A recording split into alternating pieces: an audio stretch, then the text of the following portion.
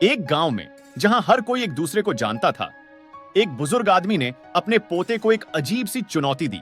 बेटा, मैं चाहता हूं कि तुम एक हिंदी कहानी लिखो जिसमें हर मिनट पर सस्पेंस हो। पोता चुनौती स्वीकार कर लेता है। वह शुरू करता है। एक बार की बात है, एक छोटे से गांव में एक युवक रहता था। उसका नाम विक्रम था। विक्रम के गांव में हर किसी को उसकी कहानियों का इंतजार रहता था। वह हमेशा सस्पेंस से भरी कहानियां सुनाता था जो सबको चौंका देती थी।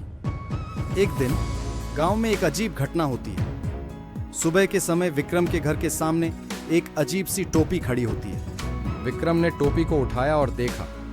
उसमें कोई लेबल नहीं था, न किसी का नाम और न ही किसी पत्ते का पता। विक्रम की दिलचस्पी बढ़ गई और वह टोपी को पहनने लगा। वह यह सोचता रहता है कि यह टोपी किसकी हो सकती है, और समय बीतता जाता है लेकिन टोपी के राज का पर्दाफाश नहीं होता। विक्रम के चेहरे पर सस्पेंस का एक अजीब सा आभास बना रहता है। क्या यह टोपी किसी रहस्य का हिस्सा है? क्या इसका कोई गहरा राज है? इस बीच गांव में और भी अजीब घटनाएं होती हैं, लेकिन सबका ध्यान सिर्फ विक्रम की टोपी पर ही होता है।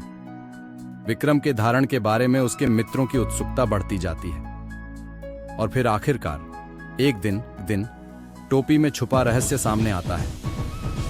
यह रहस्य उन्हें सभी की आंखों के सामने उजागर करता है और सच्चाई का पर्दाफाश। विक्रम की टोपी वास्तव में एक अनोखी वस्त्र होती है जो उसके दादाजी ने उसके लिए बनवाई थी। टोपी में एक छुपा हुआ संदेश था जो उसे उसके दादाजी की याद दिलाता था और उसे अपने मूल्यों को समझने की दिशा में मार्गदर्शन। सभी को यह सिखाता है कि विश्वास, परिश्रम और संघर्ष के माध्यम से ही हम कुछ पा सकते हैं।